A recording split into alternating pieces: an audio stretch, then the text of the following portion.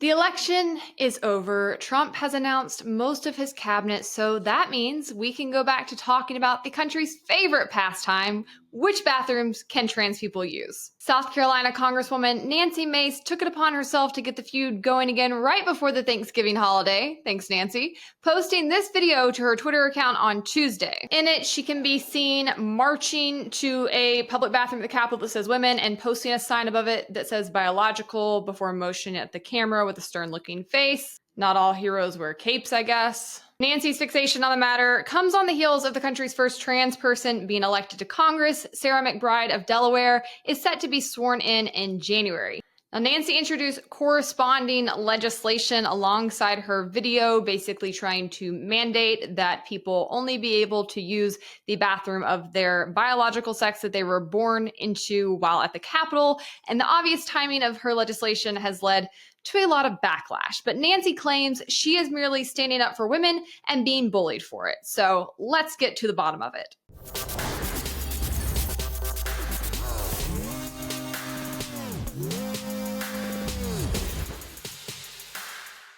First, I'm Hannah Cox with Base Politics. Welcome to my channel where I bring you my politically homeless takes on politics and culture. Before we dive in today, make sure you like this video, subscribe to my channel if you have not already, and of course, ring that notification bell so you never miss one of my episodes. While Sarah McBride is set to be the first trans person in Congress, it is highly unlikely she will be the first trans person to visit the Capitol or other government buildings in DC, and that should tell you the obvious, which is that this is a non-issue, as it was for years and years and years until Republicans in North Carolina decided to make it an issue in 2016. Like, I really want you guys to think back 10 years ago. Did you ever even think about trans people? Aside from when I was watching Rent, the answer is no, because it was that much of a non-issue. Newsflash, they existed back then too. You just didn't have politicians riling you up around their issues, and they were allowed to live in peace. Now, what happened in 2016 with the North Carolina Republicans coming in and beginning to push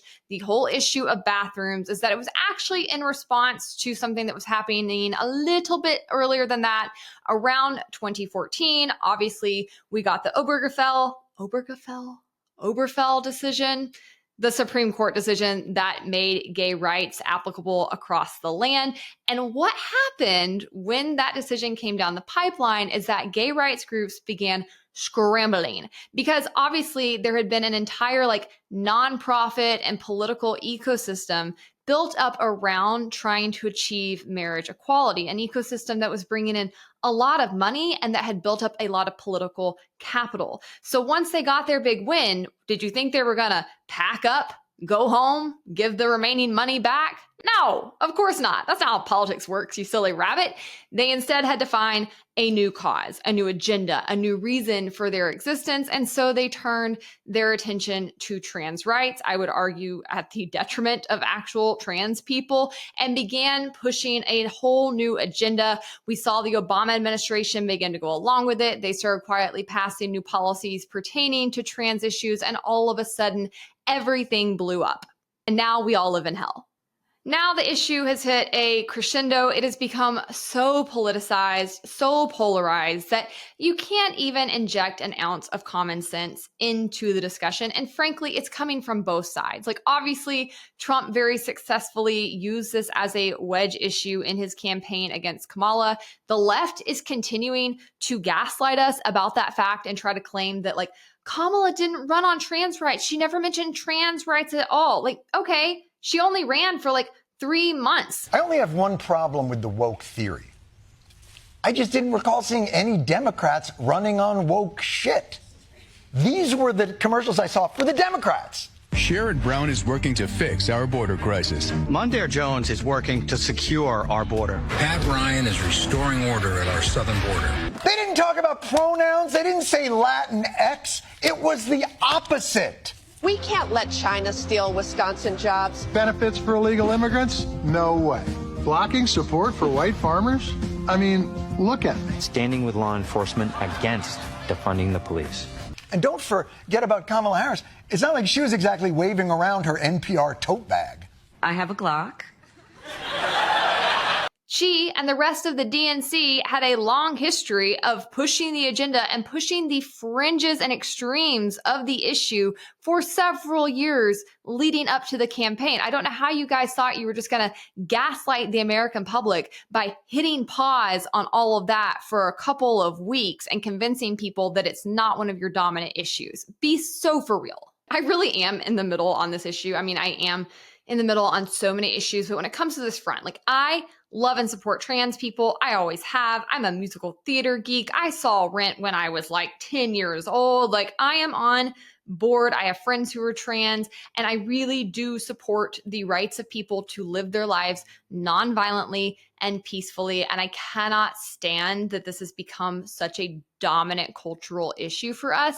But that being said, the left lost its freaking mind. They began trying to tell us that people who had in no way transitioned, who had taken absolutely no steps to even actually begin trying to assume looking like the other gender, should be allowed into private women's spaces. If you go to Europe, it's even crazier, which is why J.K. Rowling has spoken out at the lengths that she has. I think she's gotten a lot of unfair criticism for what her stance actually is. She's been very maligned. She is very concerned with men who have not transitioned, who are not trans, who have not had any surgeries, being sent into women's prisons, women's spaces. She thinks that poses a security threat to them and a safety threat to them. I would agree. You've got women being told at gyms and places, even in the US, that somebody coming into their spaces, whipping out male genitalia, who has like rocking a full beard, that's okay and you should just deal with it. It's not. And if you want trans people to be able to peacefully use the bathrooms and locker rooms of the gender that they have transitioned to, it is imperative that you stand up to these quacks and these kooks and draw a line in the sand. But Democrats have refused to do that. And now you have Republicans who have had some point in pushing back on some of this, not only on the issues I just covered, but I think also when you talk about trans women and women's sports. Now you've got Republicans out here like Nancy Mace essentially arguing that this trans woman should have to go into a male bathroom and this trans man should have to use a female bathroom. Like, this is absurd. Look at these photos. You really want to tell me that it's going to make women feel safer to have this trans man in their space? And you're going to tell me it's not actually a danger for this trans woman to go into a male bathroom? Like, this is getting actually ridiculous. Here's another example here that Brad posted. I absolutely agree with him. He said all three of these people are transgender men born biologically female who would be forced to use the women's bathroom under rules like Nancy Mace is proposing. Call me crazy all you want, but I think that will do more to make women uncomfortable than having trans women like Sarah McBride in the women's room. Like, yes, if Sarah McBride walked into a woman's room, nobody would ever know that she was a trans woman. However, if these people walked into a women's bathroom, I would be looking at them sideways as well. Ari Drennan on Twitter posted a photo of both Nancy Mace and Sarah McBride that the Libs of TikTok account had shared. I can't stand the Libs of TikTok account. I think that lady's a quack and a nut. But she had basically written with these pictures, breaking, Rep. Nancy Mace introduces measure to ban men from women's bathrooms on Capitol Hill. Sarah McBride, who is the first trans member of Congress, blasted the attempt as far right-wing extremism. And as Ari pointed out, Libs of TikTok actually had to tag which one of these women was Nancy Mace in case her loser fans started harassing the wrong woman for being trans. Because looking at these two women side by side, you would not know which of these two women was born biologically female. Okay? Like, you just wouldn't. This is ridiculous. As I said on Twitter in response to this whole debate, I get that this might feel icky to some of the trans rights crowd, and I know I'm going to get pushback on it, but this is just the facts. The answer to the bathroom issue is genuinely just that the person should use the bathroom of the gender that they pass for. This is only an issue because the matter is being abused by some men who are clearly not trans or who have not even begun their transition. It's a few bad actors making life difficult on everyone else. And again, this was the left's battle to lose, and they lost it. They've lost people like me. I support trans people, but you have to actually be trans. I feel like a different gender does not cut it. Like, we can't be out here stationing people outside bathrooms, having them inspect people's genitals. If you pass, should be enough, and it should be the end of the conversation. But if you can't pass, then you should not be in the opposite gender's bathroom or changing area. This is an easy line to toe. And I understand some trans people will get their feelings hurt because they have body dysmorphia, and telling them that they don't pass is like deeply hurtful. I get it. That sucks. There's a lot of things about being trans that probably suck and are unfortunate, but that doesn't mean that you get to bend reality to suit your feelings. And if you are somebody on the left or somebody even in the trans community that will completely disregard women's safety concerns that are at play here, their comfortability, like, you cannot claim to be in support of women's rights. Women have been oppressed. They have been victimized. They have been the weaker gender. They have had to overcome so much that has taken decades and decades and decades to achieve true equality, to carve out spaces for them where they will be okay. And if you're going to throw all that and ship it downriver for a demographic of people that make up less than 1% of the population, you are cracked in the head. One thing I know the left will say in response to what you just said is, well, it's horrific that you were subjected to any abuse or assault, any of it. But are you intimating that this new congressman-elect would somehow assault you in the bathroom? That would be the argument. The idea of a man walking into a locker room where I'm changing is actually, it feels like assault. I am a victim. I have PTSD from the trauma that I have endured at the hands of a man. And I'm going to stand in the way solidly of any guy that wants to come into our spaces. And guess what? Sarah McBride doesn't get a say in this. And I'm not gonna succumb or be silenced by bullies online or by the radical left. They lost big. And I'm going to push back harder than ever before. I've actually interviewed Nancy about this, and I have so much empathy for women who have been victims of sexual assault in these conversations. And like I said, I think in some circumstances, there are actual safety concerns for women when it comes to who is allowed in their spaces. I am less convinced of that, though, in this circumstance. One, congressional members have private bathrooms in their offices.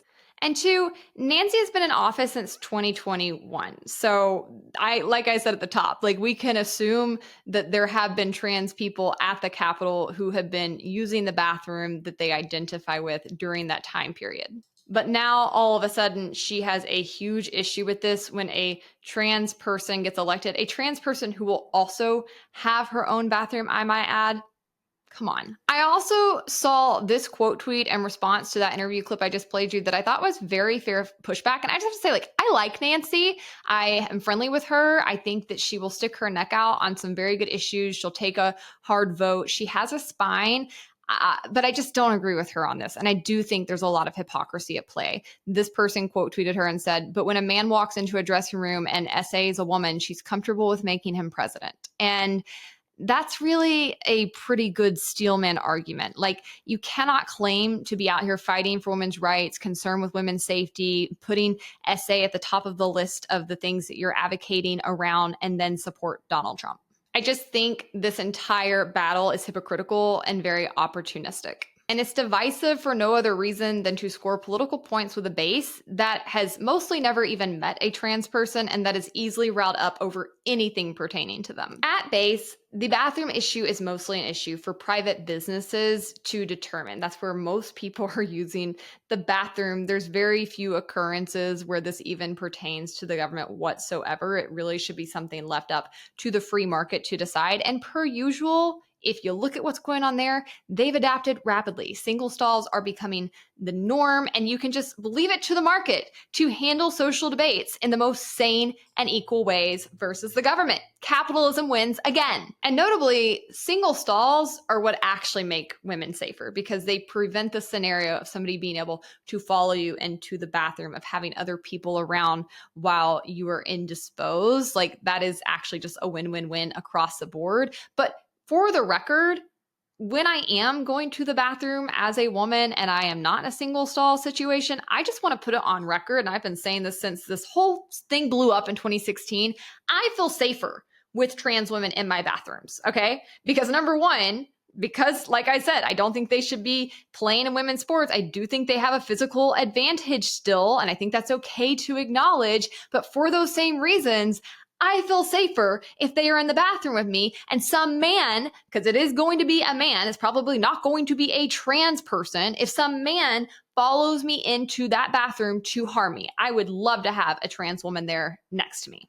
Now, despite facing tremendous pushback on this issue, both from the left and even many like in the center, and also despite claims that she is bigoted and this is targeted at McBride, Nancy is not backing down. Her first bill that she introduced merely applied to Capitol bathrooms or Capitol Hill bathrooms.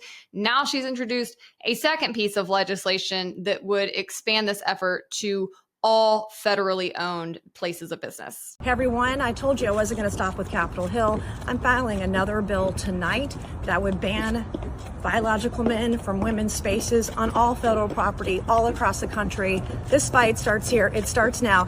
Men are not allowed in women's spaces, period. Full stop, end of story. So we're talking national parks, courthouses, Indian reservations, random federal buildings, military bases. Like, quick question, how are we enforcing this? Are we going to have genital passports? People stationed at bathroom doors to check them? Like, what's the punishment if someone is caught peeing in the wrong place? Are they going to jail? This all sounds uber big government and quite expensive to carry out when you actually stop to think past the virtue signaling. But as of right before this recording, it seems Nancy is going to get her way. Speaker Mike Johnson indicated that he will be issuing a new rule regarding this matter. Hello, everybody. I just want to make a statement for all of you here and be very clear. I was asked a question this morning at the leadership gaggle, and I rejected the premise because the answer is so obvious. For anybody who doesn't know my well-established record on this issue, let me be unequivocally clear. A man is a man, and a woman is a woman, and a man cannot become a woman. That said, I also believe, that's what Scripture teaches, what I just said, but I also believe that we treat everybody with dignity, and so we can do and believe all those things at the same time, and I wanted to make that clear for everybody because there's lots of questions, but that's where I stand. I've stood there my whole life, and those are facts. My friend Rob posted this video on Twitter just before I started recording, and I thought it was so perfect for everything we were talking about today. It says, American politics is so American right now. What do you mean this is the next Secretary of Education getting tombstoned by the mayor of Knox County? And I'm going to play the video for those of you on YouTube. It is current Knox County Mayor Glenn Jacobs, better known as Kane back in his wrestling days, who is body slamming Linda McMahon, who has just been announced as the next Secretary of Education. And man, this made me laugh because I've never seen a better political description of the moment we're in. And like, this is just so meta. Like, I can't stop laughing at it. Glenn is a good friend of mine, and he's done a great job as the mayor in Knox County. But this just, it made me giggle because it really does seem like WWE and politics are becoming one and the same. Anyways, back to my main point. Nancy Mace entered office as a moderate Republican. She's been very anti-war. She spent her first few years in office positioning herself as a centrist on social policy. So why the sudden fixation on trans people using bathrooms that she doesn't even go in? I think this could explain it. This is according to reporting in The Guardian that says Mace was once a moderate Republican from a competitive district in South Carolina. In 2021, she supported a bill that would have offered some limited protections for LGBTQ plus people in public life. I strongly support LGBTQ rights and equality, Mace told the Washington Examiner at the time. No one should be discriminated against. But after state Republicans redrew the district to be much more safely Republican, she has shifted significantly more to the right.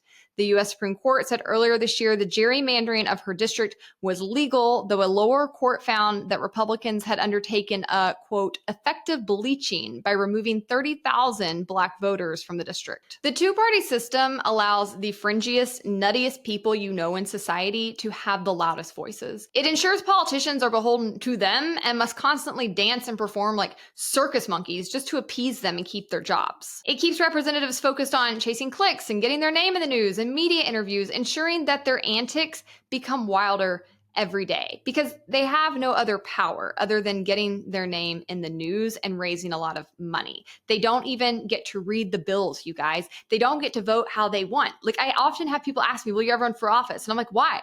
Why would I want to go be a fundraising singing monkey for the GOP or the DNC? I don't. Like, they are literally mandated on what they do by party leadership. And if they step out of line or if they fail to raise enough money, then they get primaried and leadership will then spend a lot of money to go find a better dancing monkey to replace them. This is the system that you are operating within. The two-party system has unilateral control. Your representatives are a screen meant to make you think that you have some say in your processes. You don't, and they don't. If you're as tired by these dumb shenanigans as I am, and if you're ready for politics to actually focus on things that matter again, you have to focus on breaking the two-party system.